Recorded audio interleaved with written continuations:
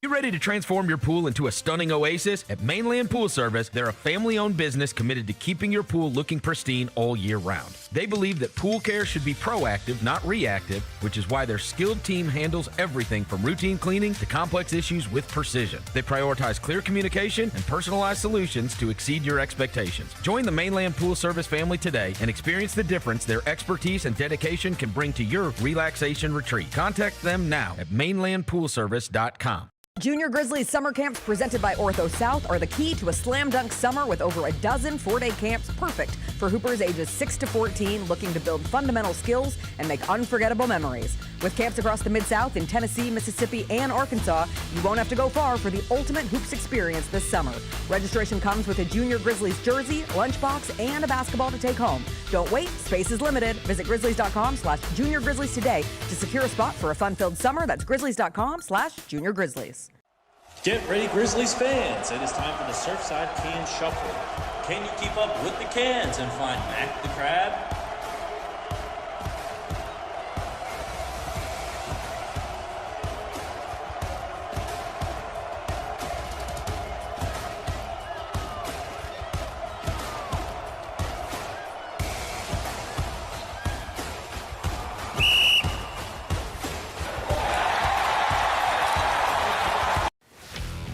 Let's face it, there's a lot of trash talk in basketball, but the great teams let their performance do the talking. Like Ford F-150 with Pro Power on board, a class-exclusive industry-first feature that turns your truck into a mobile generator and leaves the competition speechless. Ford F-150, official truck of the Grizzlies. Greatness starts here at your Mid-South Ford dealer. Class is full-size pickups under 8,500 pounds, GVWR. Orthopedic injuries can be unpredictable, unforeseen, and unscheduled, and Ortho South understands this better than anyone. Since your injuries don't make appointments, you don't need to either. That's because Ortho South welcomes walk-ins during the weekdays, in the evenings, and even on Saturdays. So next time an unforeseen injury makes an unscheduled appearance in your life, visit orthosouth.org to find your nearest urgent care location. Just walk in, and Ortho South will take care of everything, especially you. Learn more at orthosouth.org. That's Ortho South at orthosouth.org. Grizzlies fans know it's the team that gives you the edge. Big River Steel does too. And much like the Grizzlies have recruited legendary talent, we want you to be part of our team. Are you ready to be part of something legendary? Then visit www.bigriversteel.com. That's www.bigriversteel.com.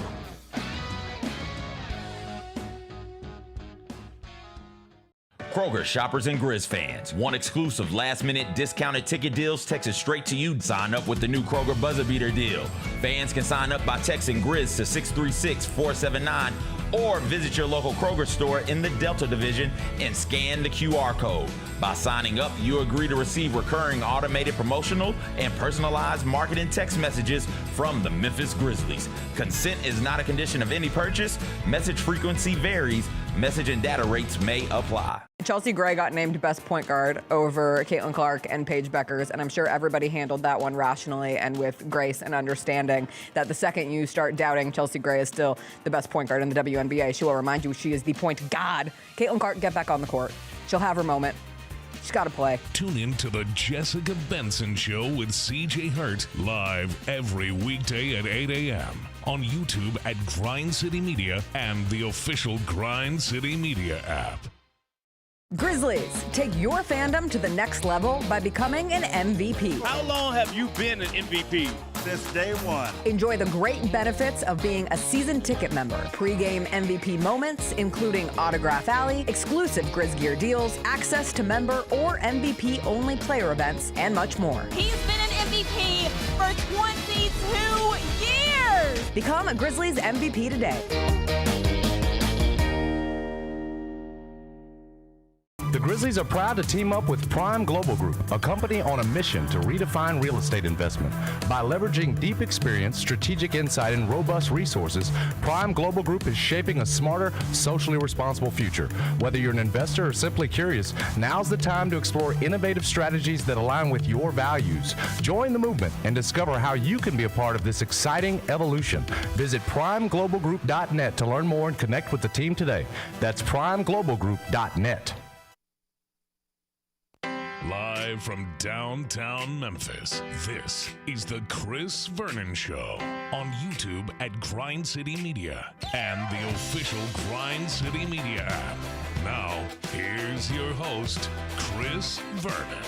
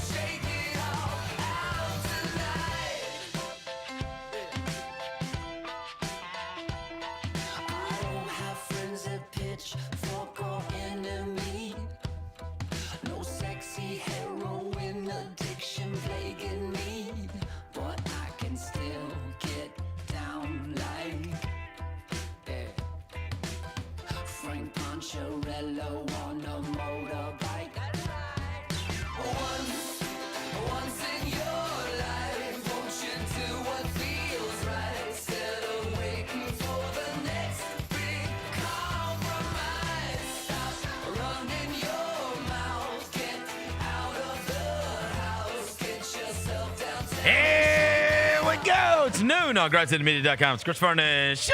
Welcome. It's a Thursday, May 21st, 2026 edition of the show. Today on the show, Game 2 between the San Antonio Spurs and the Oklahoma City Thunder took place last night. We will get to that. There is another Game 2 that is going on tonight in the Eastern Conference Finals. We'll get to that.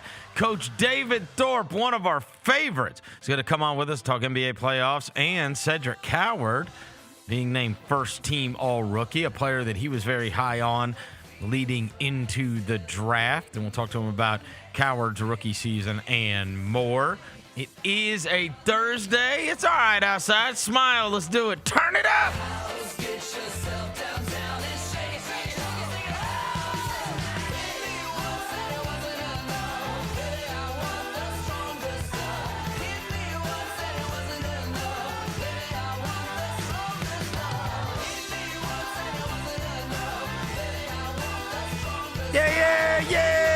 Yeah. Hope everybody's having a good day. All right, we got a ton of stuff to get to, not the least of which is the NBA playoffs continued last night. We will go over what took place in Oklahoma City as they evened up the score in the series against the San Antonio Spurs. It was not without controversy, as you saw the clips after the game and what followed, but it was mega entertaining.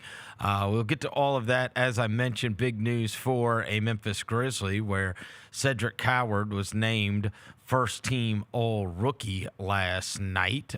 So certainly great hope for the future from the guy that was drafted last year by the Grizzlies' top pick.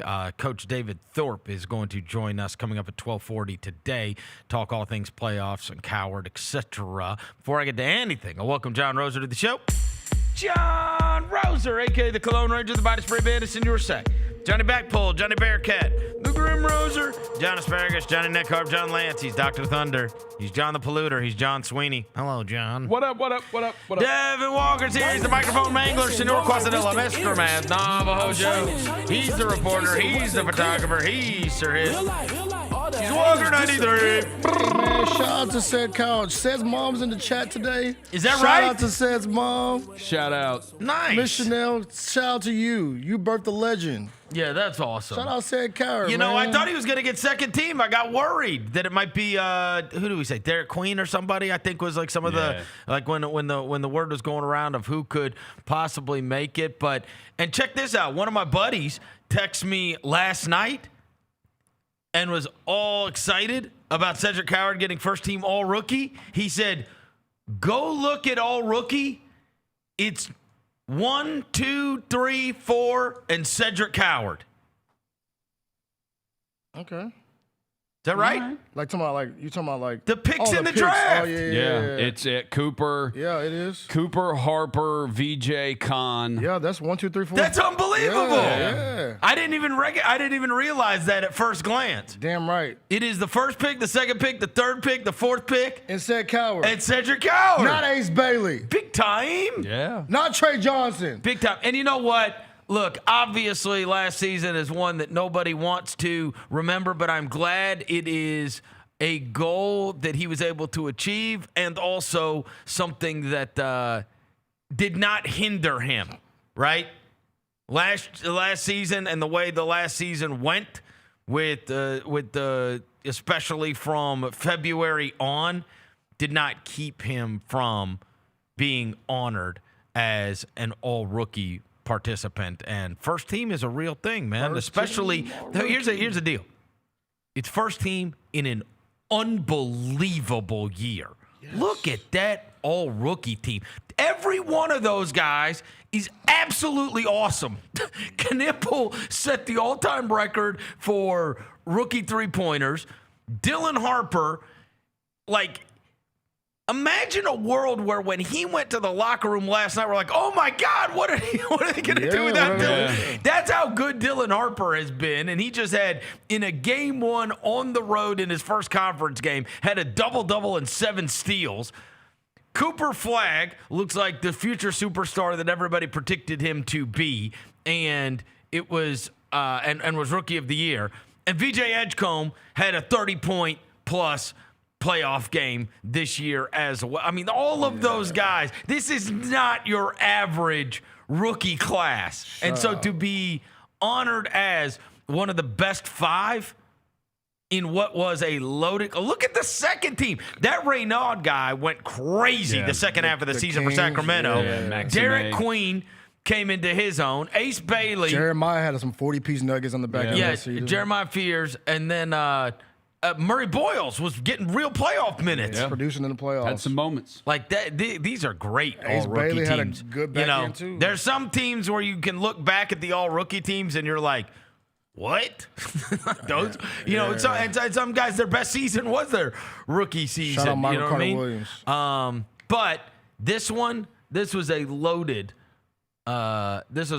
draft class with great players, and this is a great honor. You know who feels shitty, for such Vernon? a coward. Who? You know who feels super shitty today?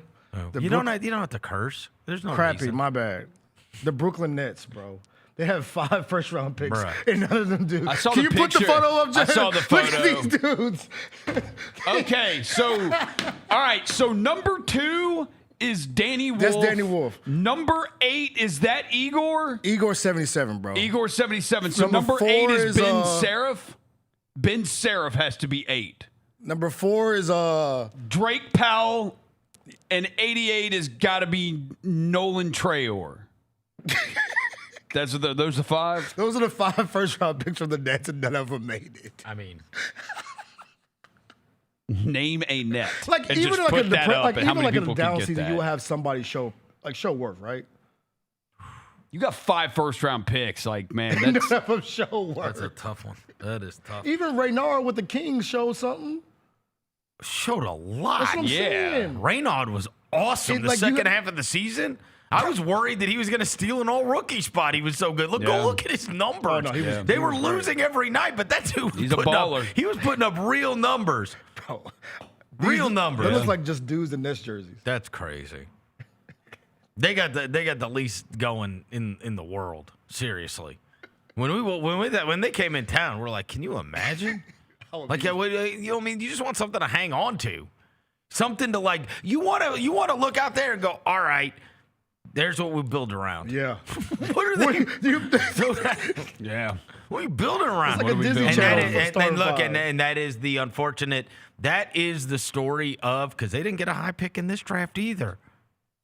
Where you are just like, you can have these tanking seasons, but if you don't get lucky and you don't get one of the top 4 picks, you are so screwed. Yes. Because that's 2 years in a row. And their owner went on a podcast and said, we want to get a really good pick so you can guess what our strategy is going to be. Like, he said that before the season. He said that on wax? Yes, I couldn't believe it. I was like, are they not going to do anything to them for that? And sure enough, they got nothing to hang on to right now. The 6th pick. All right, that game last night, we expected an Oklahoma City response, and we got an Oklahoma City response. They end up evening up the series at 1 game apiece. Injuries did hit. We wanted full squads for this. Obviously, Jalen Williams went back to the locker room.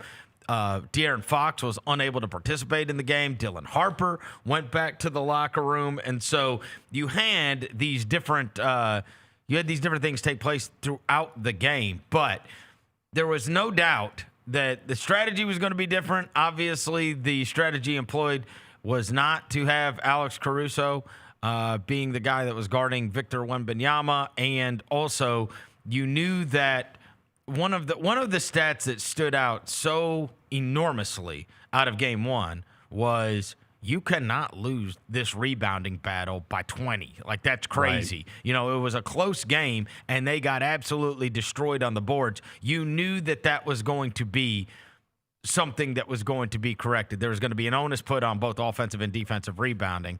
I tell you, virtually every time that we watch the Oklahoma City Thunder, you know, the trick is you have got to, and it is almost impossible to do, you've got to keep your turnovers low. And that is something that San Antonio was incapable of doing last night. They had 21 turnovers. It turns into 27 points. This is the MO for Oklahoma City. Last year, they got almost a fourth of their points off of turnovers, and these live ball turnovers that they could turn into points, it's one thing to turn people over. It's another thing to make them pay virtually every time you turn them over. Every time. And they turn them into points, and San Antonio, and part of that is the absence of Fox. There's no way around it. And then, of course, the absence of Harper. There's a couple funny things that took place last night watching the reaction online.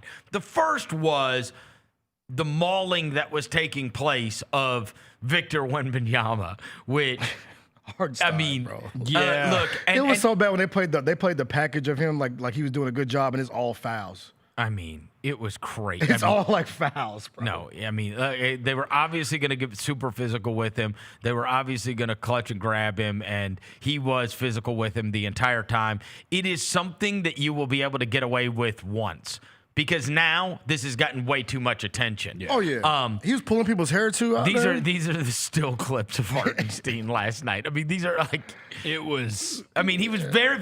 And look, I'll tell you this: took the low door roll last night. You know, and Victor Wembanyama is the guy that stands up there and talks about ethical hoops. Like he like never complains. Nah, over this. Like he's just there for. Like, you know what I mean? He's just there for it. And look, they get away with all manner of things. I have a theory on this. So at one point, I believe it was Brian Windhorst I was listening to about a year ago, and he said in passing on a podcast that over the course of the season, it's not even close, the amount of tapes that is sent in by teams. And Oklahoma City is at the very top of the list. You know, they're the NBA Karens in that anything that, you know, they will send the tapes and they will send the tapes to the NBA. And I think there is a group of officials, and I think officials at large become intimidated by that, right? Yeah. Like if there was somebody sending in tapes of us every single day saying they said this, and you knew your boss was going to say something to you about it, then you're on your P's and Q's, right? And I think it works. I do. I think Spurs, it works. It's time because to play your they card. wrestle and get away with it. And I'm not saying, look, the Spurs met the challenge too. Like they wrestled Shea the entire time. They did. Like I'm not saying they don't. But there is no defense for the Gilgeous-Alexander flopping. Like Jalen, play the video, bro. I don't bro. I mean, that is. If somebody tried to argue me that he falls down so he doesn't get hurt, bro, that is, come on, bro. It is crazy. Like, he doesn't fall down so he doesn't get hurt. And look, you guys know I get to come by this honest because why are you diving like Ric Flair? This was a player that played for our favorite team. I came in here after every game and said I cannot stand watching P.J. Haggerty. I am glad Memphis won. I am glad P.J. Haggerty is one of the leading scorers in college basketball. I detest this type of basketball, playing for the foul rather than just playing for the shot. I mean, the lane. You're too good for that, bro. I just don't get it. I just don't get it. It's obviously like, you're trying to get call after call after call. And it puts Oklahoma City fans just in this impossible position where you've got to you've got to act like this is something that is normal. Oh, they stand on it, bro. It's crazy. They argue. They will argue till their face is green about SGA said he does this because he wants to have a long career. He falls down because he doesn't get hurt. Like, bro, come on, bro. You're not falling down so you don't get hurt. You're falling down to get a call. It's awful to watch. I mean, it's awful. I mean, it was disgusting basketball. That was gross. There's no way around it. He is so amazing, and he was amazing last night. So cold. Yeah. He's an amazing basketball player that does this. This is the same way that I just detested Harden for all those years. Yeah. I'm like, I accept that he is an unbelievable isolation scorer. But, I also detest, and this year, the kicking the leg straight out to try to get – and it's like, you don't have to do this. No. Why are you falling down? Like, why? Somebody said it was a soccer background. I was like, why? Get out of here, bro. Why are you falling down? It trickles down, too, because that Isaiah Joe. They all do it. Isaiah Joe. Well, and they practice no. The Spurs three. That one? And it took a three off the board. It took a tray ball off the board. I mean, I would send this clip to the NBA 7th. That wiped off a three, by the way. Yeah, it did. Champagne hit it. Chet does it, too. Chet, he ain't acquitted. So you keep in mind that. Look at that. I mean, that is so... Caruso, too. That is abhorrent. It's like they practiced this, and then... They put a crash pad down. The Spurs... Look at that. Grab him by the hair. The Spurs three was waved off by that one. Then Oklahoma City got a three out of this play. Wait till you... That was this play. This is the one. They got a three off of this. Yeah. And Castle got yanked by the hair. By the way, that hurts, by the way. I ain't gonna lie to you. You mentioned Hartenstein. That NBC played a highlight compilation. They did. Oh, I've got it. It's hilarious. Here is the highlight compilation that they made of Isaiah. It was like, and everybody was like, did NBC really just? They just snitched on them. They did. Did they just put this up as a highlight compilation? And it was of him just grabbing Victor Wembanyama over and over again? Yeah. Because, Tarico and, Jamal Crawford are calling it out. They're like, I mean, he's just fouling him. Yeah, Reggie Miller didn't want to – it's like Reggie Miller didn't want to say it, but, the other two people were Crawford, Jamal Crawford and Mike Tarico are like, he's just fouling him. That's all he's doing. Hey, you know what they need to do, Verno? They're not getting that whistle at all in San Antonio. No. Trust and believe. Bismack. They're not – no, they'll have two fouls on Hartenstein in the first 5 minutes. In San Antonio, and they left him on the court yesterday. They left him on the court yesterday. I'm saying they're not going to be able to do this. Also missing, it's a 1-game thing. You're going to be able to, yes. Well, you're not going to do that in San Antonio. You talk about the refs being intimidated by him.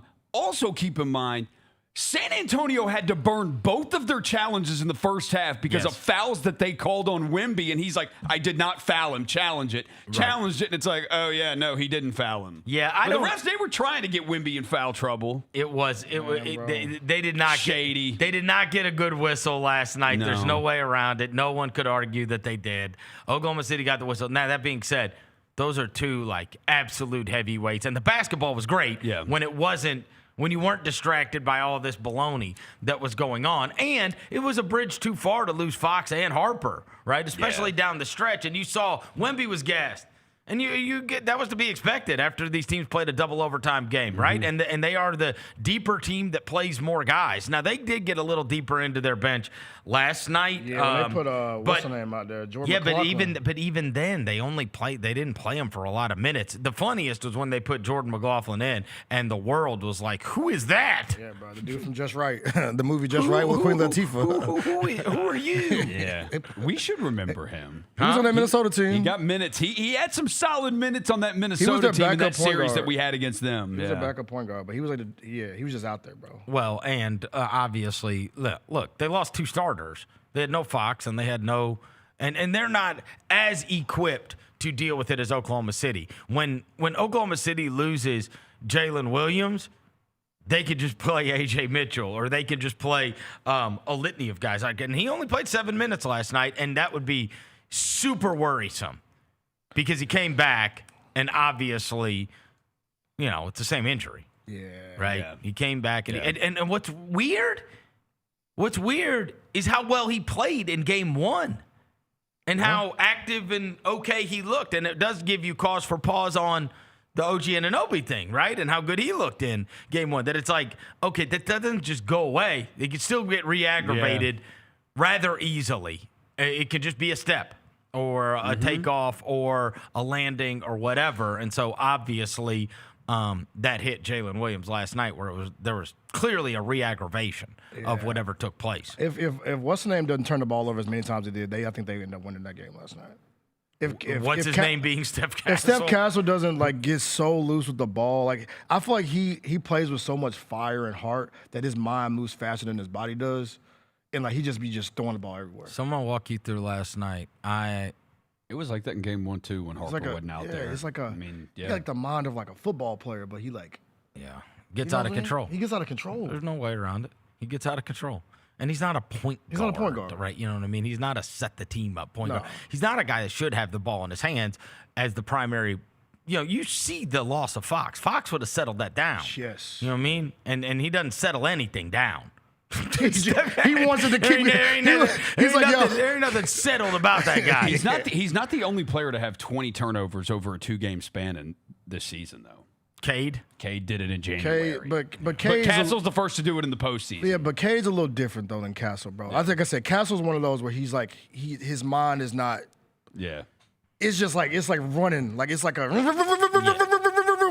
And he can't help it, bro. Yeah. So last night I had to go to. That's why you dunked on old boy. Yeah, dude. I had to go to my daughter's 6th grade graduation, which I was ridiculed for not being properly sentimental about it. My opinion was you're graduating from 6th grade. Who cares? Congrats on not being a total idiot. You know what I mean? You made it this far. But it's her last year at the school, and I got it, right? But I mean, obviously, I'm just there for the comic relief, and I've got to sit there and watch the whole graduation or whatever, and then we got to give her presents, whatever. It also happened to be my father's 79th birthday, and so we went down to my dad's house after said graduation so that we could have dual cake, one for her graduation. You know what I mean? Because she wanted this was actually good. We were able to kill 2 birds with one stone. And you could have cake where it was my dad's birthday and my daughter's graduation, right? Because she asked me, are we going to have cake? And I was like, well, actually, it's Pop's birthday, so we'll just go down to his house and we can have a cake, and you can say it's for your graduation, and we'll say it's for his birthday, okay? And so, anyways, we're going to go down there. Now, keep in mind, my mom has told me that my dad didn't know it was his birthday. She said, hey, happy birthday, and he was like, what? And she was like, happy birthday. It's May 20th.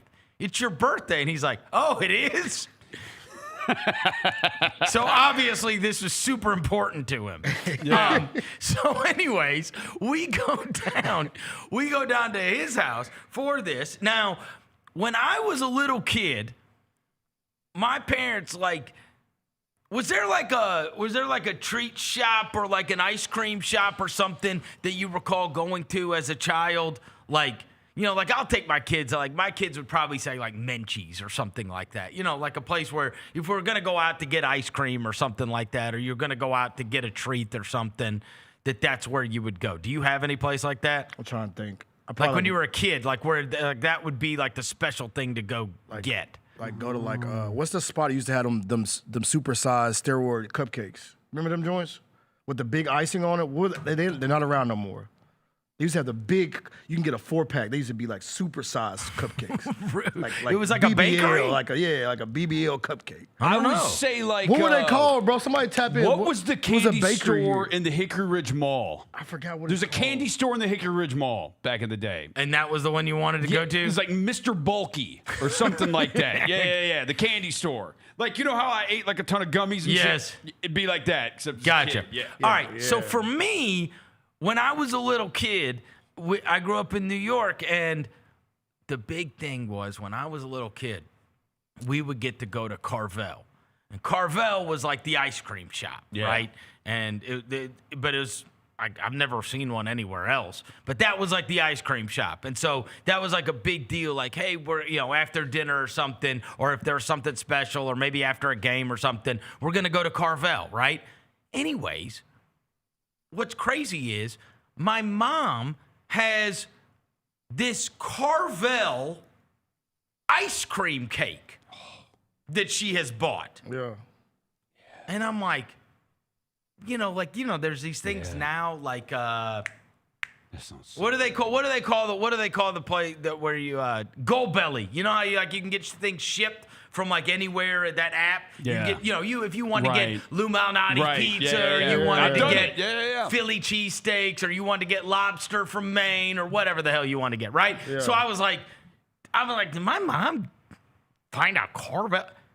Bro, she bought it at Walmart. I was like, what? And she's like, they have them at Walmart. They have Carvel ice cream cakes at Walmart. Okay, Walmart. In the freezer section. And I was like, there's no way. And she's like, yes, that's where I got it. Because it's this Carvel. And she's like, they have a couple items that are like from the Northeast. And I was like, are you serious? Wait, you just told me I can go get ice cream cake from Walmart? It's Carvel ice cream cake from Walmart. Is it hit? It's amazing. Oh, okay. Because sometimes I got the Chuck E. Cheese pizza. Ice cream cake in so long. It's so good. And it wasn't the same. She bought it at Walmart. Real big back stuff. Carvel ice cream cake. So anyways, we're going over there. I'm like, yo, I got to turn on the game. The game has started, right? Yeah. By the way, Gigi's is a plot that somebody is Gigi's Cupcakes. Remember that? Gigi's Cupcakes. Yes. I do remember Gigi's that. Cupcakes. That's the spot I was trying to remember. But yes, shout out Karen Merritt in accounting down there remembering it for me. Good idea. It's a big icing. All right, so we've got this big ice cream cake. We're down at my dad's house. We're in the kitchen. Everybody's around to eat that. And I'm like, yo, I got to turn on the game, Mom. So I've got the Spurs all going. Bro, when I tell you I rewound that Steph Castle dunk and made everybody in my family watch that 5 times, my mom was like, whoa. My wife was like, whoa. And I'm like, I'm rewinding this thing. I rewound this thing 5 times in my parents. And bro. Put them on a T-shirt, bro. God. Bro. God. Yes, off 2 feet. It's so violent, yo. Put him on a T-shirt. Wemby's reaction. This dunk, it was a family experience. I'm telling you, I got my whole family in the kitchen while this happens, and we're standing around talking and eating ice cream cake, and that happens, and I'm like, whoa. I'm sitting there rewinding it, playing it back, rewinding it, playing it back. I jumped off my couch.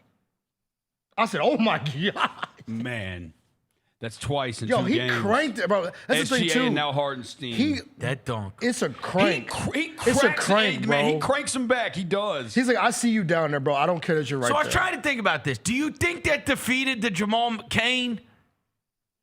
Ooh, the Jamal for Cain. the best dunk of the playoffs. He turned the corner on. Jalen, can you pull the Jamal Cain if you can find it? The Jamal Cain. See if you can, because we gotta remember that because I remember. Look, I remember saying at the time that we don't want to be prisoners of the moment, but that was one of the greatest playoff dunks I've ever seen, and I do think that it will stand the test of time. The Jamal Cain dunk on Jalen Duren, but then I watched that one last night, and I'm like, yo. That's the dunk of the playoffs. And then I was like, well, what about the Jamal Cain one? But I didn't go back and watch them with Jamal Cain one. Because Duren failed too, bro. That's another part of Duren failed. Duren fell down. Like it was a real 2K animation. So that makes it even like.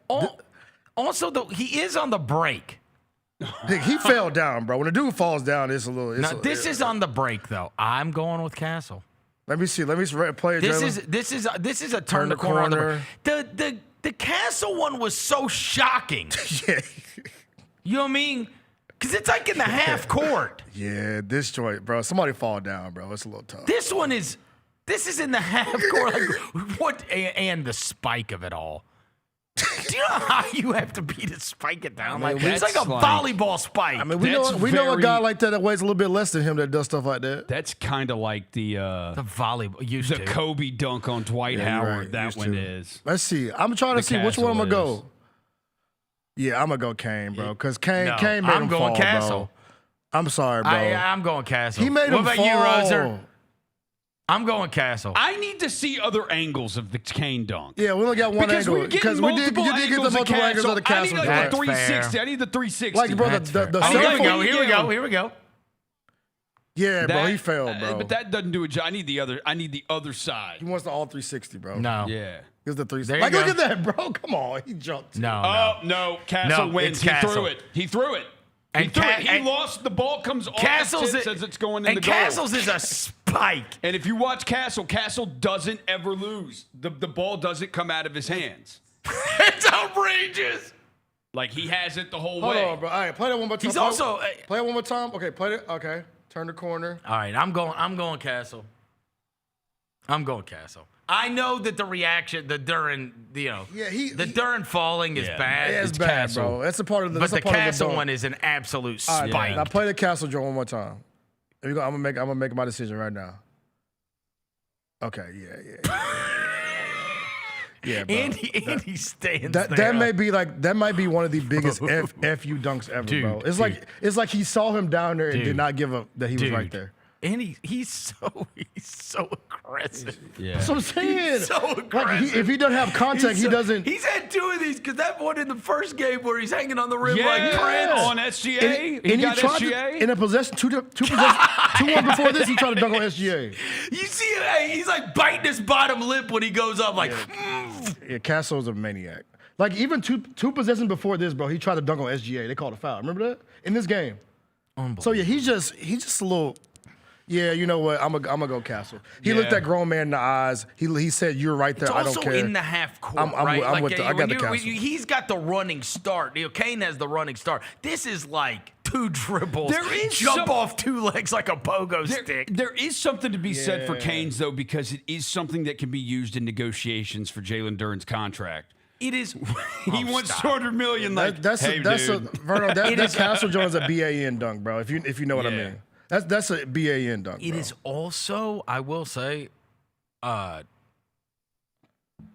one had ever talked about or thought about Jamal Cain before his dunk, and I still remember his name. That's how significant that dunk was. Yeah, that is. That dunk was so significant that we're talking about Jamal Cain. You're right. Right? But yeah, I'm gonna go vote for Castle too, bro. Like it's just the disrespect of like seeing a grown man under the basket and not caring that he's right there. He also spiked it. He looked like that guy that, like, you've seen that guy on Instagram, the sassy volleyball player. He should have. No, he should not have. He should have done that. They got Jared McCain for that, bro. They got Jared McCain for that. They don't need that, bro. That sassy volleyball player is amazing. Hey, don't play with him, bro. Dude. Don't play with him, bro. He's not the one to be played with. That makes people so after he mad. spikes the ball, he's just like posing. He's amazing. Hey. That guy is the best. Jared McCain is mad that he didn't come over there first. Oh, my God, I know. He even got yelled at last night. You see, Jared McCain got yelled at by SGA. Yeah. And then they acknowledged that after the game. Where so I saw somebody post that video and then frame it as, because I think Reggie Miller or maybe Jamal Crawford, one of the two, said they show him and he goes, calm the F down, right? He said that. And so they framed that as SGA, the MVP of the league, imploring his team, yo, I got this, right? Like that's how it came off. And instead, in the post-game press conference, They were asked about it because obviously they zoomed in on it, and he said, calm the F down. And he was like, no, I was talking to Jared because he was screaming while I was shooting.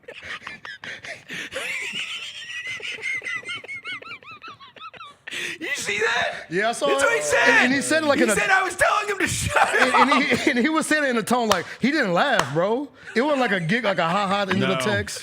No, like sometimes you say ha ha. I just thought it was funny where like we're always trying to build the legend. Yeah, he's like, yo. So it's like, here's the MVP saying, don't worry, guys, like, man, I got this. And instead, he was actually just telling Jared McCain to stop being annoying. Yeah, shut the F up. Man, shut your ass up, man. You doing too much. Stop all that jumping around and smiling and stuff, bro. And then I know that he already defended himself in the postgame press conference, and Lord knows all the Oklahoma City media members came out of the woodwork to defend him because the postgame walk-off with him talking about Hartenstein was just straight bizarre. I don't think he heard the question. In the moment, he says he did not understand the question, and that's why he said what he said, but it was legitimately weird when this is the walk-off interview and the first question is about Isaiah Hartenstein's defense on Wembanyama, and this is what happened. You all made a pivot defensively, Hart on Wemby. What kind of impact did Isaiah have tonight? I'm not sure if it was good, to be honest. Yeah. Break that down for me. Say again? Break that down for me. Why was his impact not good? It was all right. It was good. It was good. We wanted to switch it up, give them different looks. That's what it's about. When you play against good players, you got to switch it up. Make sure the rhythm's not the same, and we did that tonight. Appreciate the honesty. Thank you. Yeah, appreciate it. Yeah, even she got out of there too because she knew it got awkward. It got awkward. Well, also, she's like, can you expand why it was not good? And he's like, so what was good? You got to give him different looks. So what was he answering? That's the part that I didn't understand. He said, I didn't understand the question. Okay, what did you think the question was? Right. That you did a good job on Wemby? Like, I understand if you didn't want to, like, add fuel to the fire. You know what I'm saying? Yeah. Like, that is one of those things where it's like, hey, man, you don't want to piss this guy off. Yeah, right. This guy, like, I just read Ramona Shelburne's article. Right. Exactly. This guy's walking up Mount Kilimanjaro. This guy's about to be meditating for the next 48 hours. While monks are throwing, sharp blades at him, and he's dribbling a basketball, shoeless. Yeah. Up Mount Kilimanjaro, and then he jumps in the volcano. Yeah, I don't want to mess with that dude. I really think he did. I don't think he understood. Okay, then what was the question? I don't think he heard it. I don't think he heard any of that. Okay, then what was the answer? I don't think he heard any of what just happened. Okay, then what was he answering? He was just saying stuff, bro. He was just filibustering, bro. He was just filibustering, I think. Because he never, said anything he's like, oh, it was all right. Oh, it was good. Like, it was just the filibuster. Instead of saying, hey, can you say that again? He was just like, oh, it's all right. I don't think he heard anything that just happened, bro. I don't think he heard it. You think he was just? You think he's capping? I think it might have been a misstep, and then he didn't realize how it was going to come off. You know what I mean? Play that again, Jalen. Play it again. I think it was probably a misstep, and then bro, it's not that loud. No, it's it's not. You all made a pivot defensively, Hart on Wemby. What kind of impact did Isaiah have tonight? I'm not sure if it was good, to be honest. Yeah. Break that down for me. Say again? Break that down for me. Why was Okay, his never impact mind. not good? He said say it again. So yeah, he heard it. Never mind. I take it back. It was all right. It was good. He said say it again. He said say it again. Everyone Okay. switch it up. I was gonna Give try to him different pass for you looks. one time, student government. I don't know. No, he just didn't. He didn't. Now that he said it wasn't good at first, and then when she asked him to expound on it, he's like, "Wait, what was that?" He's like, "Oh." He just said, yeah, it was good. He doesn't then want to answer it. Now he doesn't want. Yeah, he doesn't want to say because what he knows is we just fouled the crap out of him. That's all we did. He said say it again. And never mind. I was gonna give you a pass that time. Also, I just don't know if on the Hartenstein front, I can understand if he doesn't want to motivate Wembanyama. I do think he thinks that far ahead. I do. And I think he knows that they just fouled the crap out of him. That's all they did. Right. Somebody should ask that dude why he always take a dive. Somebody needs to get on that capital Jared Jones. Look, I'll never get over just the falling. Yeah, somebody needs to ask him. Or our boy Jared Weiss is there, ain't it? Ask Jared Weiss. Ask him. The falling down. I promise you, they will not get that whistled. Now, you want to hear something crazy? They are installed. The Spurs are as 2.5-point favorites in Game 3. Oklahoma City has been postseason favorites 33 games in a row. Wow. That's crazy. They have been postseason favorites 33 consecutive games. And the next game, which will be tomorrow night, will be the first time that they are not postseason favorites. Wow. A Game 3 in San Antonio. They are installed as 2.5-point favorites. Wow. We're going to take a quick break. David Thorpe's going to join us on the other side. Chris Vernon Show. In the Tennessee Army National Guard, you can start a career in exciting fields, including science, communications, engineering, and medicine, all while earning money for your education. This training will boost your eligibility for a high-paying and rewarding profession. And you can get it all while serving part-time in your community. The Tennessee Army National Guard can pay for up to 100% of your college tuition. To learn more, visit nationalguard.com.t-n.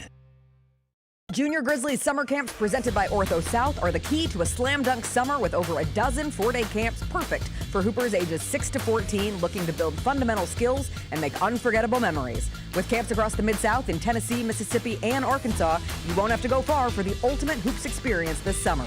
Registration comes with a Junior Grizzlies jersey, lunchbox, and a basketball to take home. Don't wait, space is limited. Visit Grizzlies.com/Junior Grizzlies today to secure a spot for a fun-filled summer. That's Grizzlies.com/Junior Grizzlies. When the arena lights dim for a concert or when the crowd becomes one at a big game, you can almost feel like you're the biggest fan. But who's your biggest fan?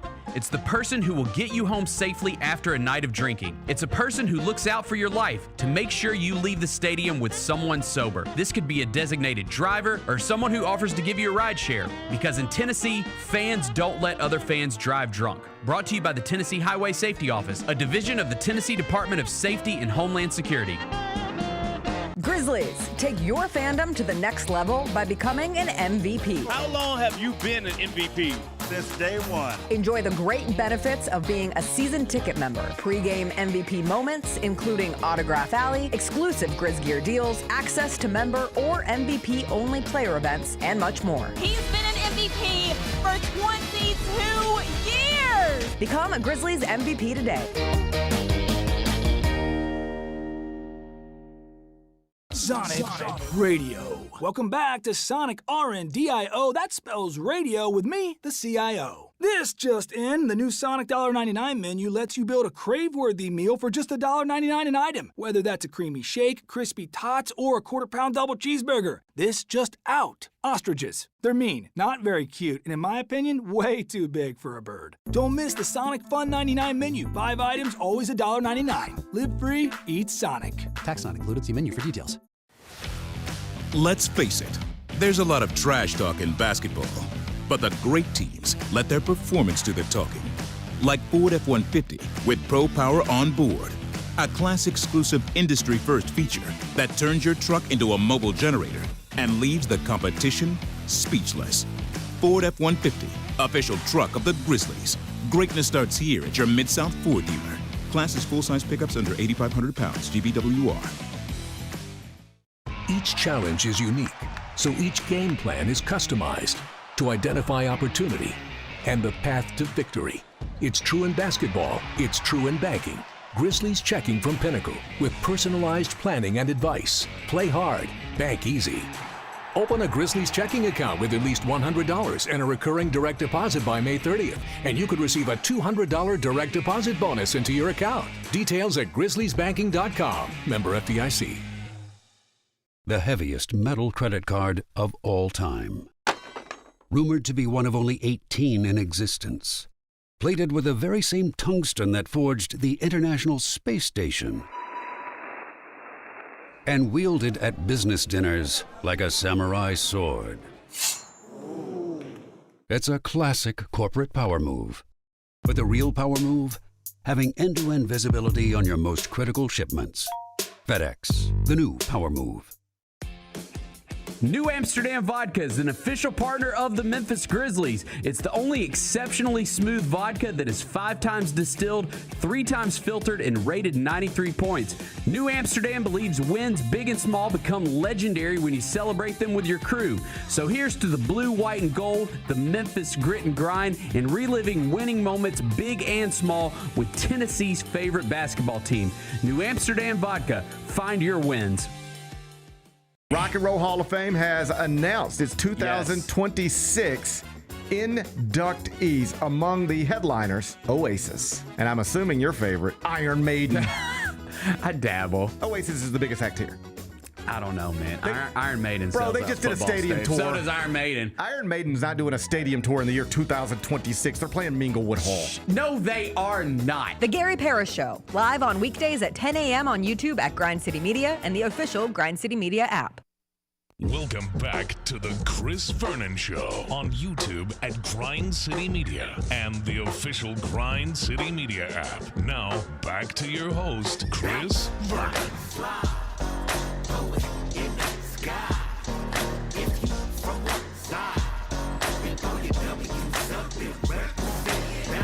All right, we're back. Chris Vernon Show. Oh, I'm so excited. We're able to reconvene with Coach David Thorpe. Now, before the season, he was the man that we brought on that was very high on Cedric Coward. And at the very beginning of the show today, I told you that I got a text from one of my buddies last night who was so excited about Cedric Coward making first-team All-Rookie, and he said he framed it in a way that I had not thought of, which was that the number 1 pick is on the team, and the number 2 pick is on the team, and the number 3 pick is on the team, and the number 4 pick is on the team, and then Cedric Coward. The top 4 picks in the NBA draft and Cedric Coward. And so obviously we're excited about him getting awarded for his outstanding rookie season, and wanted to reconvene with Coach David Thorpe to talk about Coward and this postseason that we are witnessing right now. Coach David Thorpe joins us now. Coach Thorpe! Hey, Chris. How are you, buddy? Great, man. All right, so before the season, you were very, very high on Cedric Coward. You've come into contact with him before, but more importantly, at the right after the Grizzlies drafted him, we brought you on and you talked to us about why you thought he was set up for NBA success. If you can, just evaluate the rookie season that he was just awarded All-Rookie for, and kind of how it lined up with what you expected to see from Coward. Well, actually, maybe John will remember this. If whoever books your show, I think I was on actually during the draft first and was very high on him, having no idea if you guys would get him. So it worked out not just fortuitously, but also it was just a funny coincidence that you guys ended up being the guys who drafted him, because I thought he was going to be a lottery pick. Initially, he was considered a second-round pick. And then once I thought, okay, his chance for a lottery, you guys didn't have a pick that high. But to your credit, Zach made a move and got him at number 11. I will tell you that his best skill did not really show itself after, I think it was the Pacers game. I talked to a couple of guys in the Pacers after the game. I'm like, oh, my God, that guy's going to be the best player in the world. I'm like, well, he had one good game. He never shot from 3. I think it was 6 for 6. So maybe he made 6 in a row in that game. But do you remember, Chris, I told you maybe in the pre-draft part of it that he made 72% of his shots, which was like Zach Edey's best year was 67%, I think. And he's a 7'2" monster. Cedric's a guard. And he didn't shoot great this year. And the reason why I think that matters is he's not just a really talented shooter. I think he knows how to win basketball games and win basketball possessions. He was one of the few rookies all year long that was kind of on the above the waterline, so to speak. He was a positive player on both ends, especially when you combined him, and yet he didn't shoot well. I think he had I watched a lot of his games. I think he had a lot of plays and quarters and halves where he looked like he might be the best player on the court for that period of time. which for a rookie is about all you can hope for. You're not, unless you're Wemby, really, you're not going to dominate games typically, nor are you going to get the chance to. Cedric wasn't even starting for you guys, if I remember, for quite a while, and not even playing a lot of minutes. In fact, he didn't play a ton of minutes all year. I think he's going to be a much better shooter. And if you, I know you guys are watching the playoffs, and I've got players in all these series, having the ability to make tough shots is a superpower. Not a lot of guys have it. Not consistently. Everyone can make a shot. I think Cedric is one of those guys. I wouldn't say he plays a lot like Shea, but I think he can be a lot like guys like Shea, Brunson, who can just make really, really tough shots, in part because he's so tall and long and strong. I talked to someone the other day who gave him a hug recently. I saw him a few weeks ago in LA. I don't remember hugging him, but someone did that spoke to me. This was yesterday, and they said he's gotten much stronger. It's like a piece of granite. I believe it. I saw him work out. In fact, one of the Grizzlies coaches was there, and I mean, he's got an enormous potential to grow into, and he's got the ambition to do it. And I thought this year you saw it. He wasn't afraid of the moment. I remember Dagno's quote regarding A.J. Mitchell, went 5 for 15 in one of his early playoff games. Everyone knows who A.J. Mitchell is now. That wasn't the case before. Dagno said, champions fail, losers hide. Amazing quote. I wish I had come up with it. I think Cedric's got a lot of that. He's not afraid to fail, which is big. All right, so now that you have seen him on an NBA court, and we have watched him on an NBA court, just from your perspective, kind of what is his destiny? Where do you see him as, and who would you compare him to? As we have watched playoff basketball, we always try to view our players through the prism of, okay, what would they look like in these high-level settings that they're playing? Is he a on-the-ball guy a lot? Is he a off-the-ball guy a lot? Like, where do you see him fitting in when basketball's played at its highest level? Okay, great question, but the answer is going to be a little bit soupy. Again, watching these games the way we do, you have to really good at both. If you're only good on the ball, that's a problem for your team. When the other team, remember, you're playing bad guys, playing guys that want to stop you. If they have an Asar Thompson, well, good luck trying to score a bunch on him. And there's other guys that are great defenders as well. So you want to be able to play off the ball, so there's more different things they can do to get you the ball, and then also someone else can be featured. And if you're only an on the ball guy and you're not very good off the ball, your team's not nearly as good. I think he'll be both. I've always said, I know people have made the Kawhi comparison. I don't agree with that. I understand where they're coming from. He's an enormous guy with gigantic hands and wingspan, but I've always thought it's more like Cade Cunningham. He doesn't depend on elite quickness and speed and jumping, although he's an excellent and maybe an elite athlete, but he's not Westbrook. He's not Castle from the Spurs, who's extraordinary as an athlete. He's just a really tall guy that's long and strong and skilled. I think he should be on the ball a lot. I think he's hard. When you have the guy who's the best player with the ball in his hands, the defense you have so much gravity. The defense has to go to you. But I also think he's going to be an elite shooter, which he was not this year. He was pretty average, I thought. I think he's going to be an elite shooter, an elite finisher. This guy has a chance to be a starter for Team USA. This guy has not just all-star, but all-NBA potential. He's got MVP potential. When you can be that kind of shot maker. You think he's that good? And defender. Oh, yeah. I think he's good. I told you this last year. I think he's the best player in the draft. And after nothing. watching Dylan Harper, I'm not so sure. Harper's pretty amazing. But yeah, Right. I think he'd be the best player in this draft. Absolutely. So nothing about, obviously, look, he had a very good rookie year. The Grizzlies season was a mess, certainly from February on. But he did show well. But I don't think that there's probably a lot of people in Grizzlies fandom. And again, we make decisions too quickly on guys that sat there and went, this guy could be all NBA, Team USA, even as high as we are on him. I don't think that is the consensus from the fan base would not be nearly that high. But you think you saw a guy that still has that because that's a superstar. What you're talking about is a superstar, David. Oh, yeah, that's what I'm talking about. So, first of all, what you're describing is, I give Memphis credit for this. Most human beings do struggle with really having a big imagination. Malcolm Gladwell wrote about this, maybe even in The Tipping Point, his first book, where he wrote about if you fold a piece of paper 11 times over and then you ask people how thick is that piece of paper, the answer they normally give would be a thimble or size of a coffee mug. When I first read the question, my answer was I thought it'd be the size of a refrigerator. And the answer is that, it's 50 times, not 11 times, 50 times. The answer is the difference from the earth to the sun. 51 times, difference from the earth to the sun and back. As humans, we just don't see big. Fans normally go crazy. So good job by Memphis to be a little more open to the idea that, things don't, things are they're in check. Most fans are crazy, right? Right. And but I'm telling you, all NBA, MVP. I'm not saying he's going to get there. Have you watched Victor Wembanyama play? Right. Nobody might win MVP for the next 15 years, right? Correct. But he still might star for Team USA.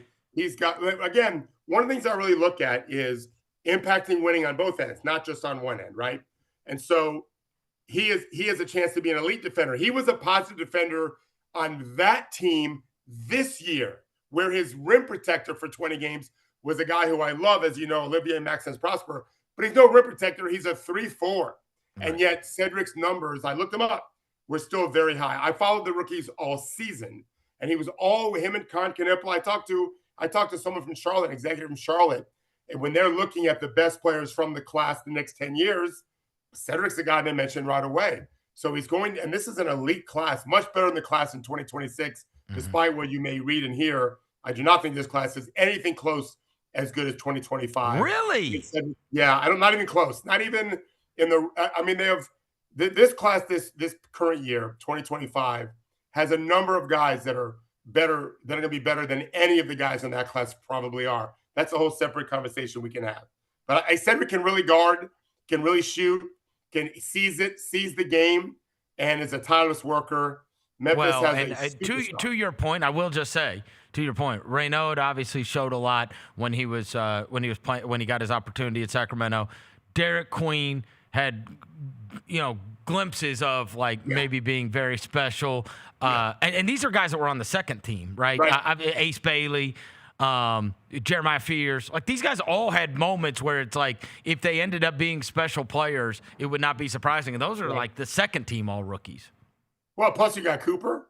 Yeah, you got Harper. Oh yeah, the first team. The first team is crazy. Come on. Yeah, This 24-25 class is just phenomenal, and I think Memphis got themselves listen, we had saved the chance. Injuries matter. If you want to be Shai Gilgeous, you got to learn to shoot like Shai. You got to be a handler like Shai. You got to guard. You have to have the ego to be great, but also a selfless guy. Shai's the best leader in the league right now, in my opinion. And so I think Cedric has a very, very, very high upside. That's why I say Cade Cunningham is a fair goal. I don't know if Cade's going to be MVP or not, but he's going to be a high-level all-star for a long, long time. And he's also the best player on the team that was the number 1 seed. Correct. Cedric has the same potential, in my opinion. Absolutely. Okay, so the Grizzlies got the 3rd pick. They also got the 16th pick. But they got the 3rd pick in this NBA draft, and we're going to be talking about it for the next month.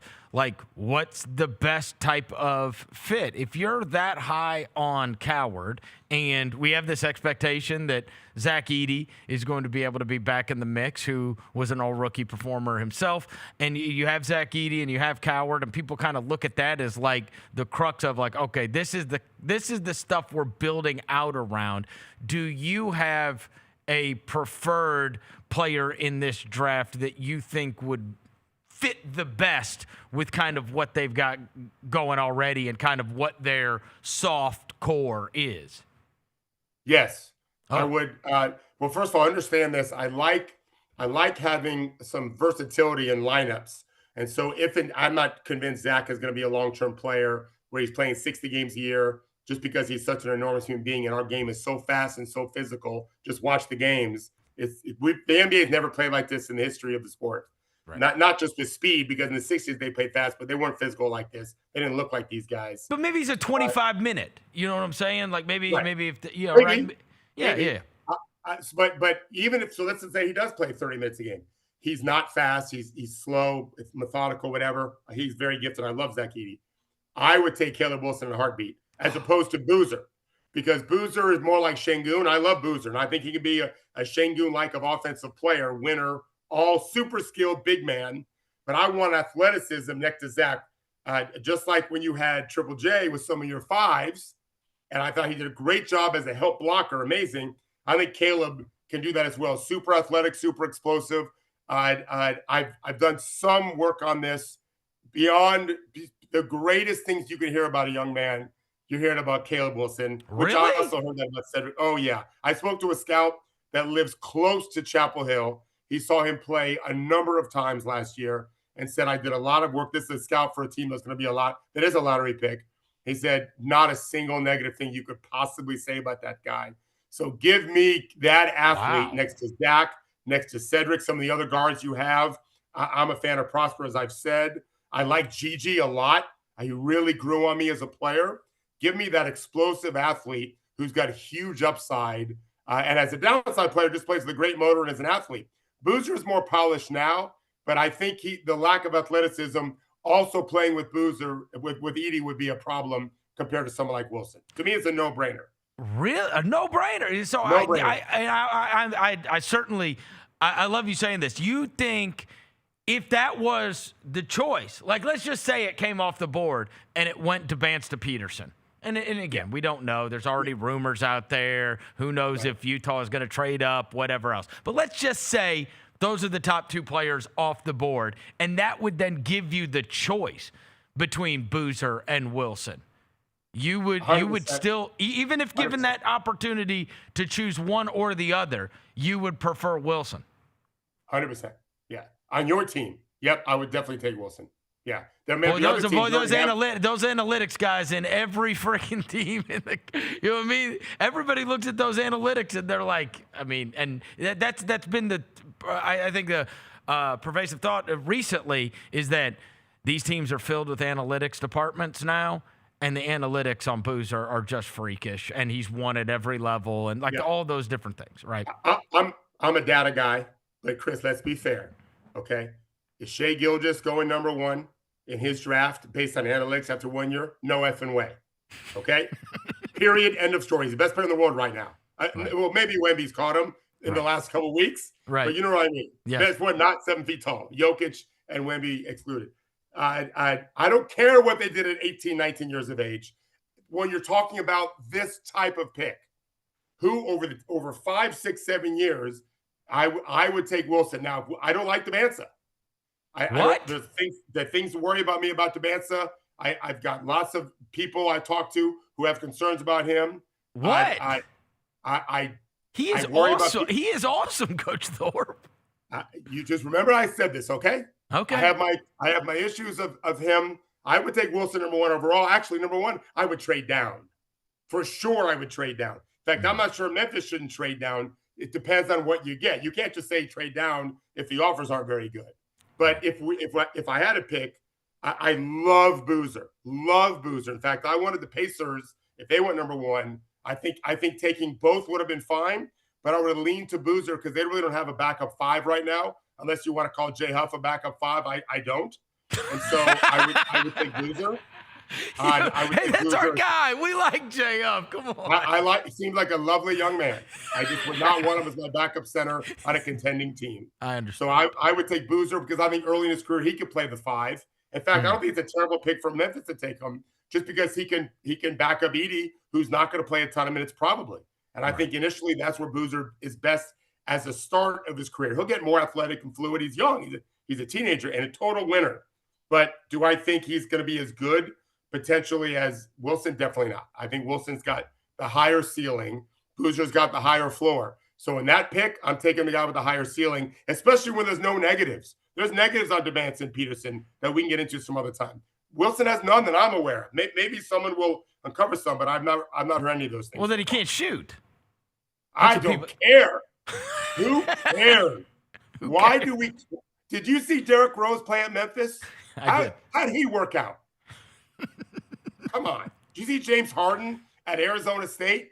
Come on. Like, why do we care so much when they're teenagers? This is what I do for a living. Right. I don't care. Here's what I care about. What's their capacity for learning? What's their capacity for working? I have a friend who told me a third one. What's their capacity to deal with distractions in this generation? Brilliant insight. I don't know those things, by the way, but I don't care about how they shoot when they're 19 or 18 with no spacing, especially when you're someone like Wilson. You're always jumping over everyone anyway. Well, because the reason I find this so fascinating is because you said you've got a buddy that scouts this stuff that lives near Chapel Hill and has done all of the intel and didn't say anything. He couldn't tell you anything negative. Just the opposite. I called him. He's been a 9-year scout. This guy's a very famous guy in basketball circles for family reasons. And he said, I can only tell you the greatest things about the kid. I absolutely love him. I hope our team takes him. They have a lottery pick. I don't know if they'll be able to get him or not because there's a lot of trading going on. We'll have to see what happens. But love Wilson. I just did you watch Stephon Castle play at Connecticut? Mm-hmm. You could have beat him in horse if dunks weren't allowed. To be fair. But you watching him now? That dunk last night off of 2 feet. Oh my goodness, was freakish. I jumped up. But that is the thing with the Wilson thing, and we've talked about this a lot here with my crew. You watch those highlights and you go, how does this not fit in? Like we're watching the NBA playoffs and we're going, who are we? You never want to feel like you're bringing a knife to a gunfight.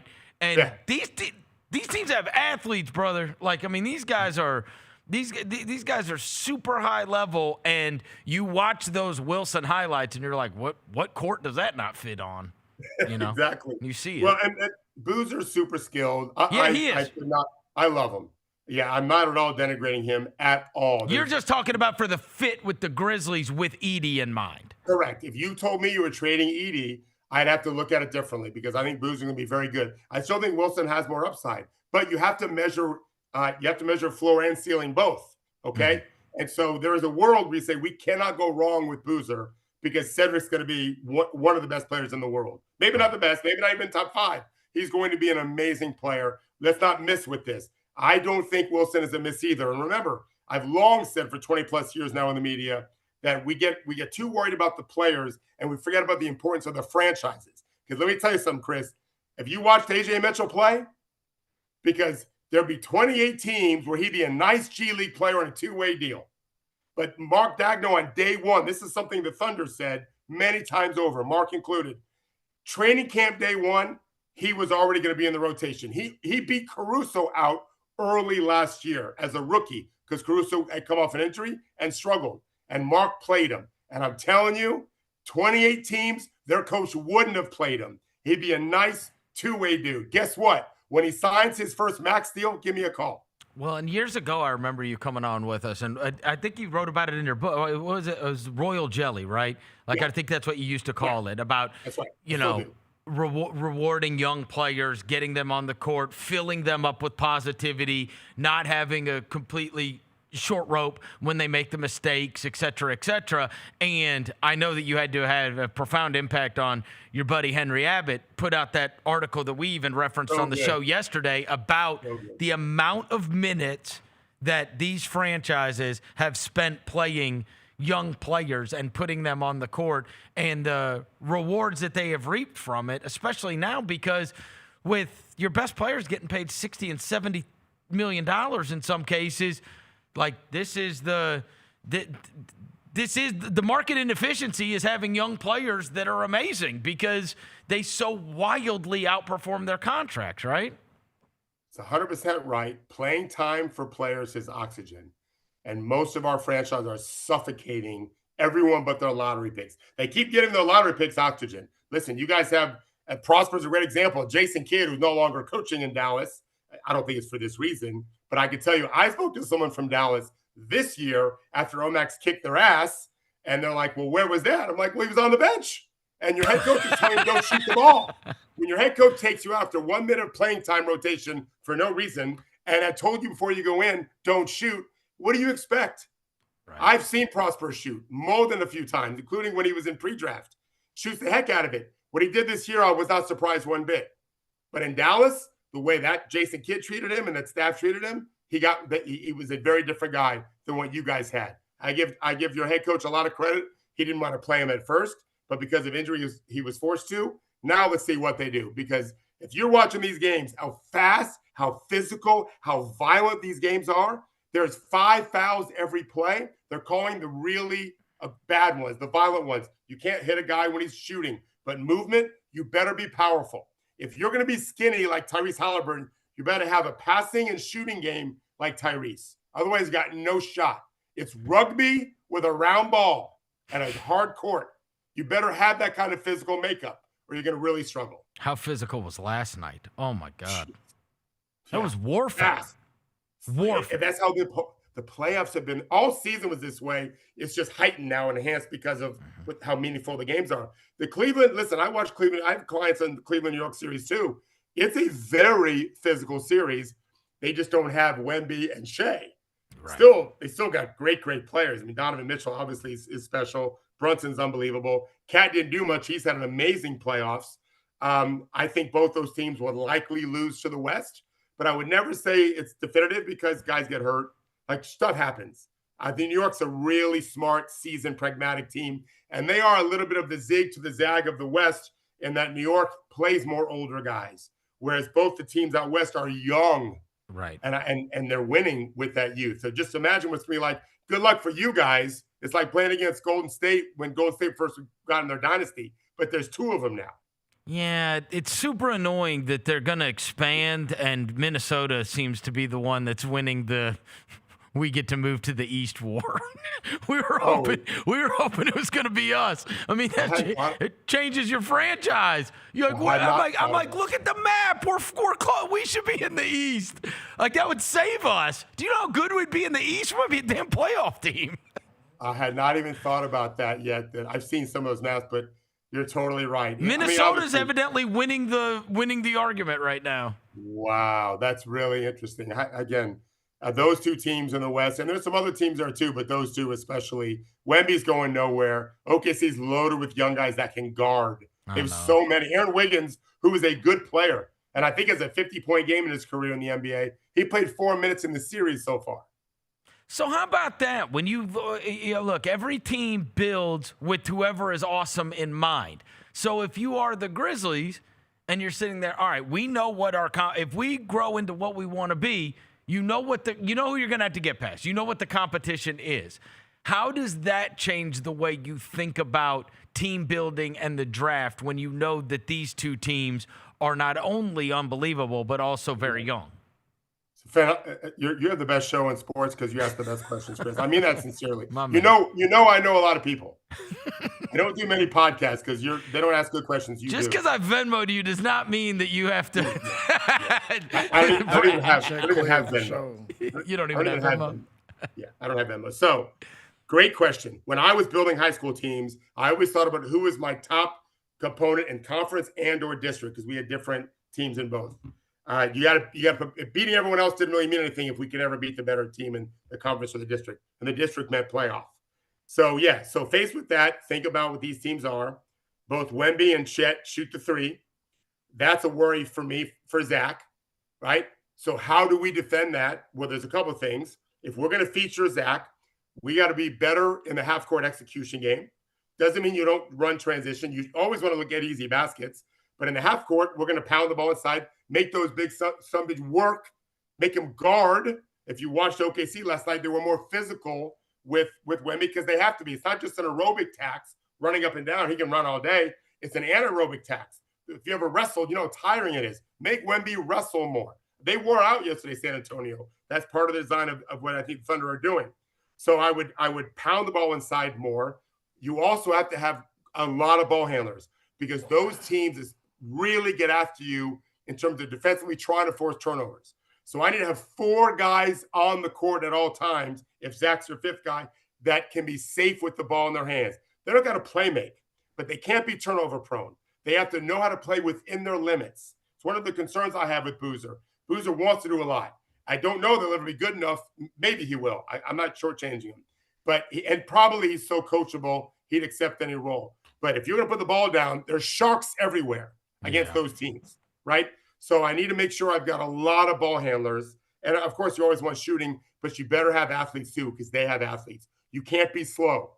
You can't say, well, we're going to slow it down because of Zach. No, you can have one slow guy and a bunch of guys that can really run and race and jump.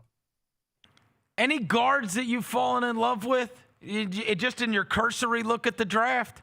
Outside of that top 4 guys, are any of the ones that, because obviously there's the kid from Arkansas, Acuff, there's Flemings, there's Burries, there's the kid from Louisville, Mikael Brown, et cetera, et cetera. I mean, any of them caught your eye as somebody that you could foresee? Okay.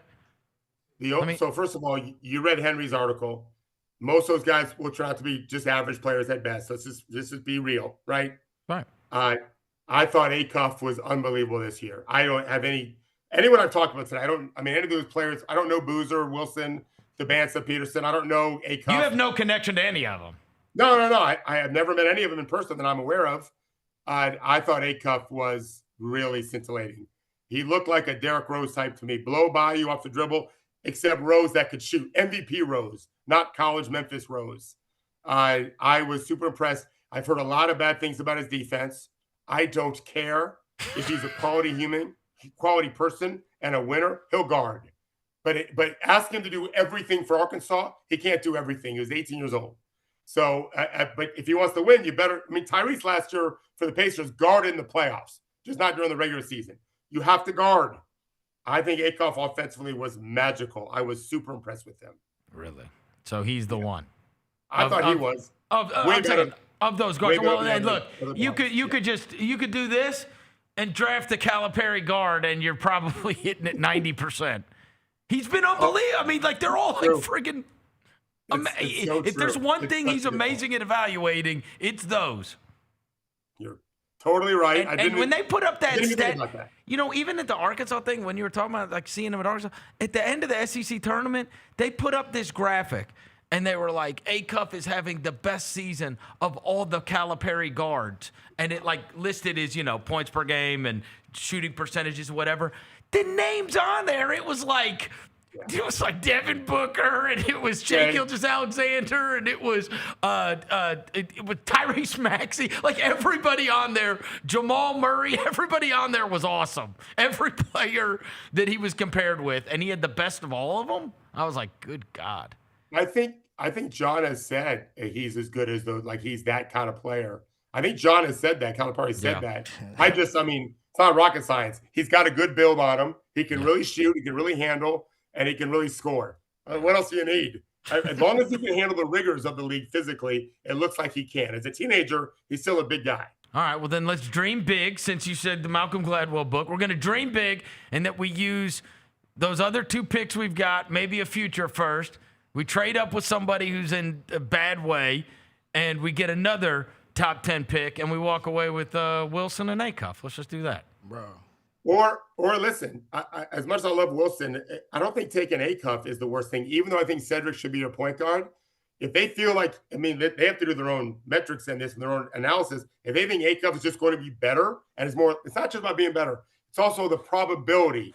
If they think the probability that Acuff ends up being better than Wilson for whatever reason, then they're both guards. We have to stop him. It's Shai Gilgeous, I know, plays point guard, but he also, during major stretches last night, they let Mitchell bring the ball up so Shai could get off the ball some.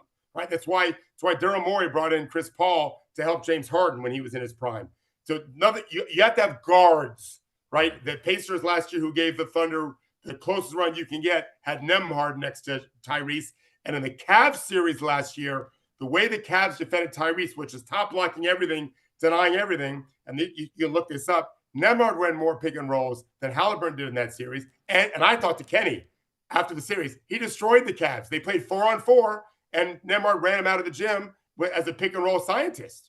Why not having 2 of those guys? That's not a bad thing. I would take Wilson, but if they took Acuff, you guys should celebrate. You didn't talk to Kenny after that travesty the other night, did you? I didn't. What was he doing, Coach Thorpe? In which one are you talking about? Not calling timeouts as this is unfolding. I mean, this is crazy.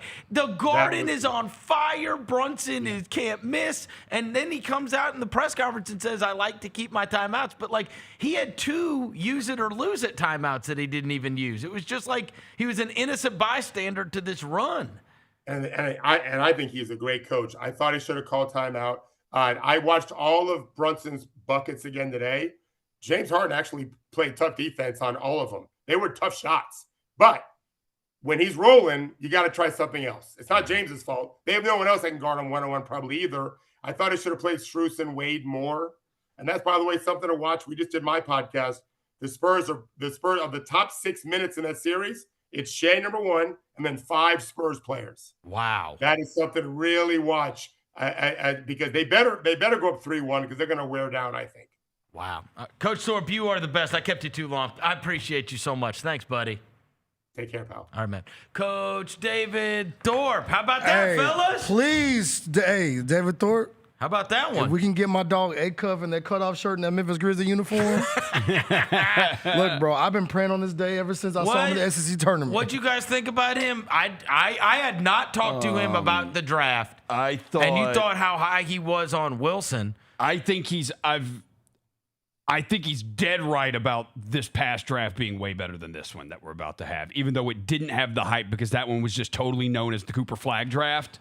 Well, and this freshman class was amazing in college. Yeah. Right.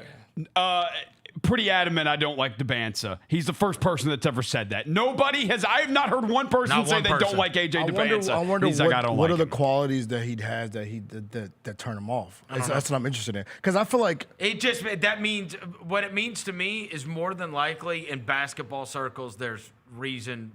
Is he not a hard worker? Reason for caution that is not expressed by anyone. You know what I'm saying? There's basketball people that, because it's not like he knows him or has worked with him. That means somebody in the basketball world has said, man, I don't know about that. Does he not think he has a work ethic? Because that's usually the thing that turns people off. Is like you're a made man. You got the Nike deal. You got the $8 million. Bigger, stronger, faster than everybody his whole life. Exactly. Right? Are you willing to be that? Take it to the next level to be that great player. Right. And are you equipped to be face of franchise? And you know what I mean? How are you going to handle all that? There's a million things that go into it. Yeah. You know what I mean? He was adamant about Caleb Wilson, saying it's a no-brainer. He's the first I've heard that said it's a no-brainer because most people, think it's and also not a no-brainer. I did think it was fascinating when he was talking about it through the prism of alongside Edie. Yeah.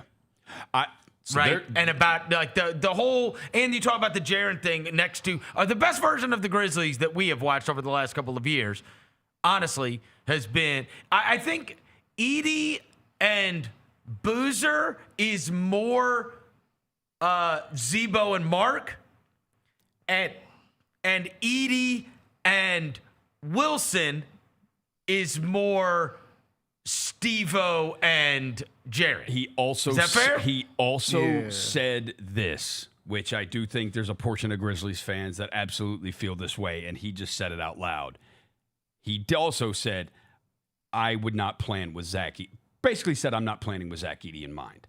That's what Thorpe said. Mm-hmm. Basically said that. Said, that's a big man. Are you going to be able to play 60 games every year? I'm not planning with him in mind that he's going to be able to play 60 games a year. 60 games. That's low end. And can play 25 to 32 minutes a night. That's Basically low said, end, bro. I'm planning on him playing him. And keep in mind, he said, I love Zach Edey. Yeah. But he also said it was a function of the way the game is played now. And if we are being fair, set Wemby aside, there are not high-minute 7+ footers that are playing 30-something minutes a game. Yeah. That doesn't exist. Yeah. Like, that's not – he's the only one. And this guy is like – and this guy is walking up mountains barefoot with Shaolin monks. So he's not – built different. He's not, really is built different. I'm just saying, he's been training his whole life to not – have these injuries. I mean, Wemby didn't play 30 minutes a game. He played 29. I mean, almost 30. 29 minutes a game this year. Right. Not like the guys. 64 games, 29 minutes a game. Right. And some of these guys are playing, 38 minutes a night.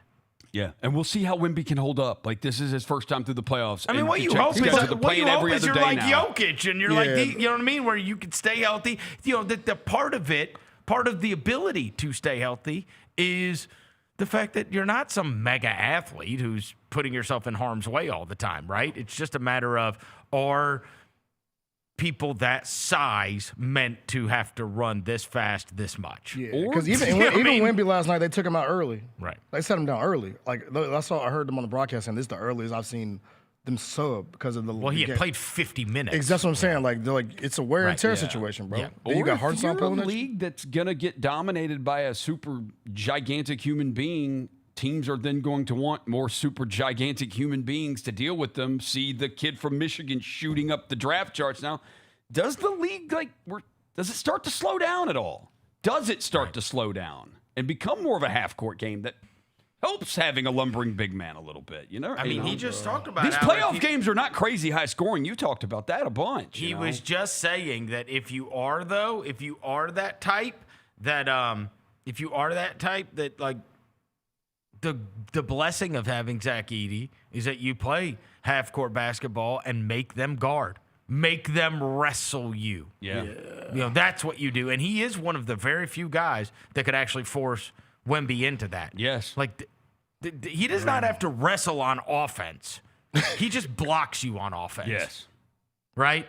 I'm talking about, like, where it's like I'm in your chest. They do not face – that's not who – Hartenstein's shooting his push shot from 15 feet away. Yeah, he's like praying to goes in. He's not putting his – that was the thing that the old Grizzlies used to do. You would play against these teams, and it was like, bro, Dirk, bring your ass down here. KG, bring all these guys. And Zebo would just lean on him all the time. Tim Duncan, lean on him all the time. Lean on him. Like, make these guys guard you and make them hurt in the morning.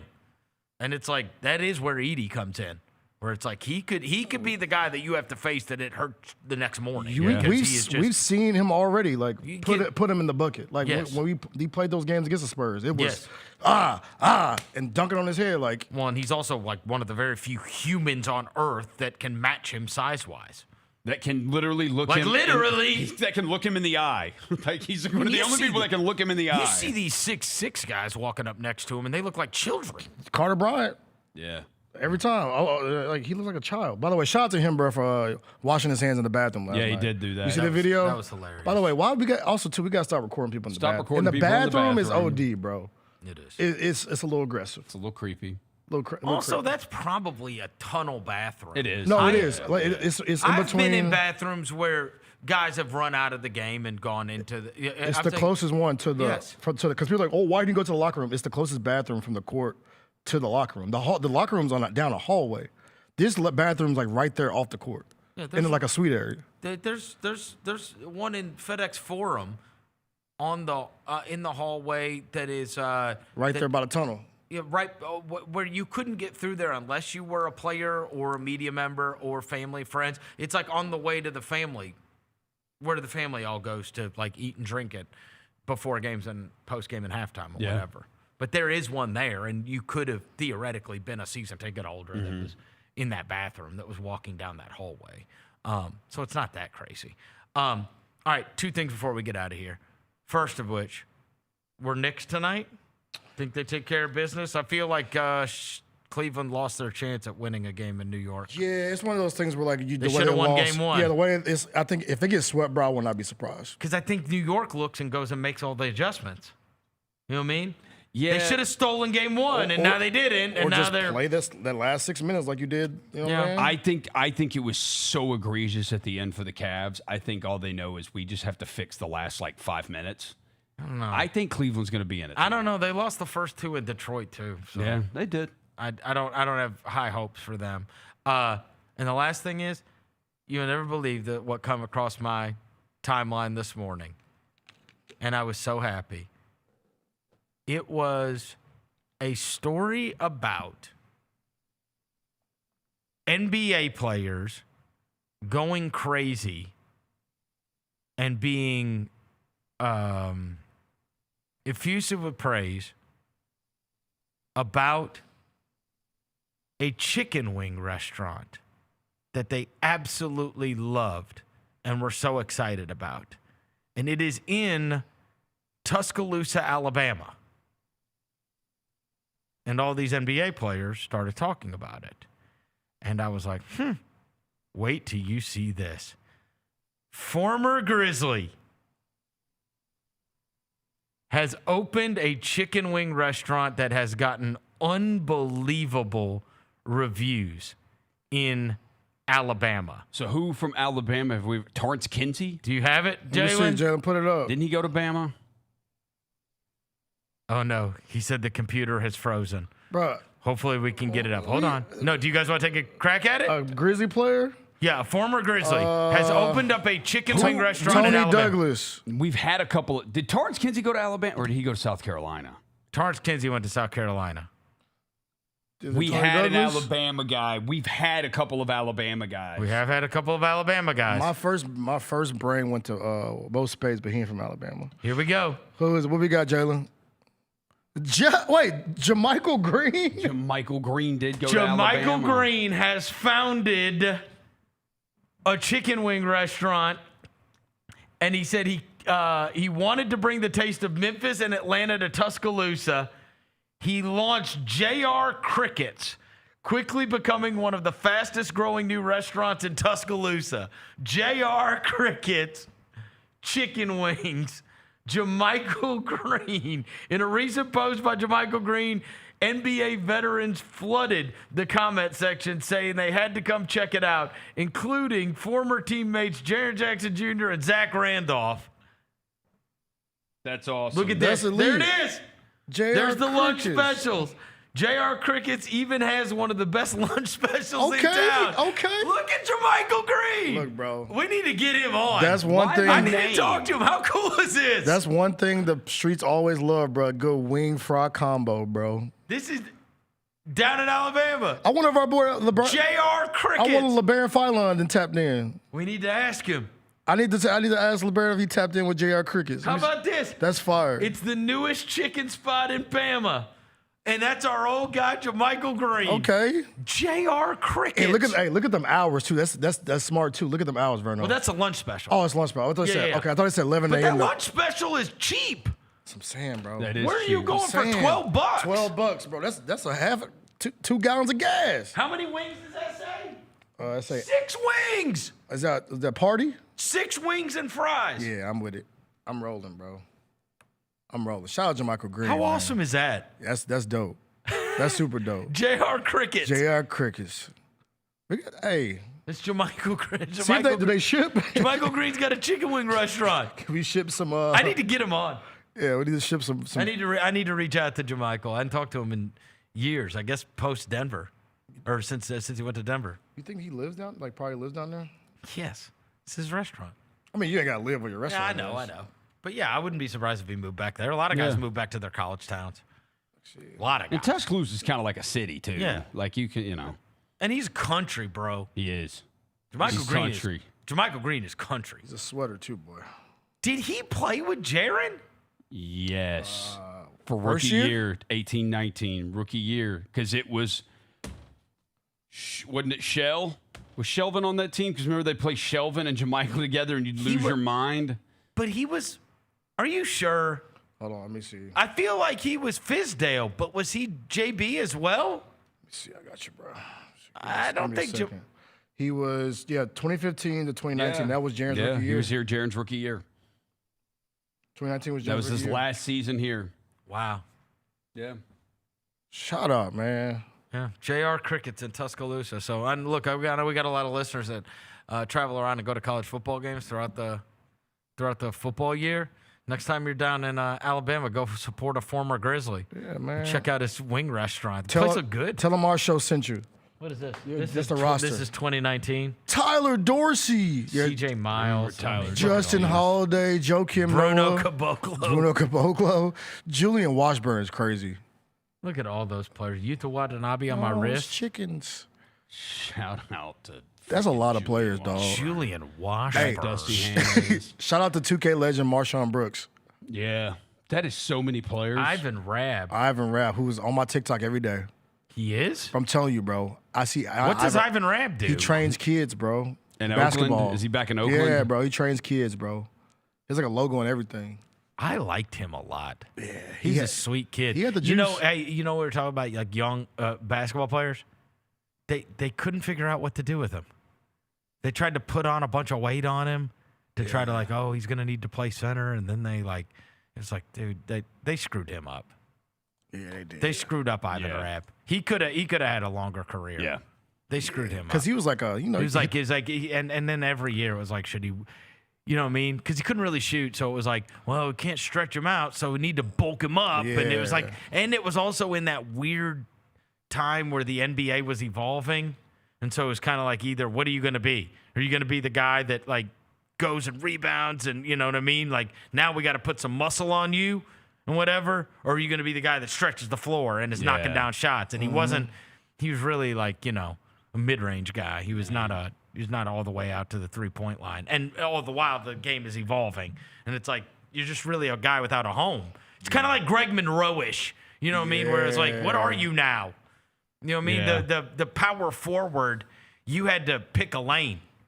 You know, you're either you know, a bruiser who could go and rebound, or you're a stretch guy. Yeah. And he was kind of the in between. Yeah. Dev, do you still have the Omri Caspi shoe? Nah, bro, I ain't got that no more. You don't have the Omri Caspi shoe? I think I gave it to somebody as a gift. That was the shoe that he sham got. Yeah. He did the sham got it. Was that in Phoenix? He sham got in Phoenix, bro. Yeah, I had the shoe he sham got somebody. And then I don't think ever played again. Yeah, I think he got hurt sham gotting. He might have. Yeah, he also got a fight. By the way, we got Garrett Temple, Devin's favorite. Yeah. Guess who snitched? Y'all's favorite player. Hey, we got to talk to our boy, bro. Not say my wasn't favorite our player at all. Oh, my bad. We got to talk to our boy, though, bro. Because I know he be on. We gotta talk to him. I'm ready for the day that he's back on this show. Because we got to talk about some stuff with our boy, man. Yeah. All that smut he put on Chandler's name. It's not going to be long. And then I look up on my YouTube channel, Verno. I won't even. And I see Out the Mud. I'm not even watching. With Chandler Parsons. I'm not watching. Yeah. He and Ha-Han. All right. Look, I need to tell you before we get out of here that the Grizzlies are looking for energetic and dedicated talent of all ages. You can be on the live entertainment teams next season. Auditions for Grizz Girls, Grannies and Grandpas, Blue Bunch, and more. Who's fake Pat McAfee on the end right there? Lock in your audition spot at grizzlies.com/audition. They already don't like you, Rose. That does not help the situation, bro. Hey, shout out to my dog JT, though. He made the graphic. I tried out for the Grizzlies and Grannies last year, and I did not make it. So, look, it's treacherous, bro. Is that girl in the front on the dance team? She is. Calm down. It's like prime Vanessa Williams. She is, bro. She's not even – Vanessa Williams is mixed. She's white. No. See, but you can't see nothing, bro. He's blind. No, the fake Pat McAfee is white. She's white too, bro. Oh, okay. Are you talking about the girl in the middle? Yes. Yeah. What is wrong with you? Tweaking out, bro. It looks like Vanessa Williams. Tweaking out, bro. All right, he really is. All right, it's going to do it for Vanessa today's Williams. show. Thanks to Devin Walker. Thanks to John Roser across the glass. Thanks to Jalen back in the studio. Thanks to Coach David Thorpe. Until tomorrow, we gone.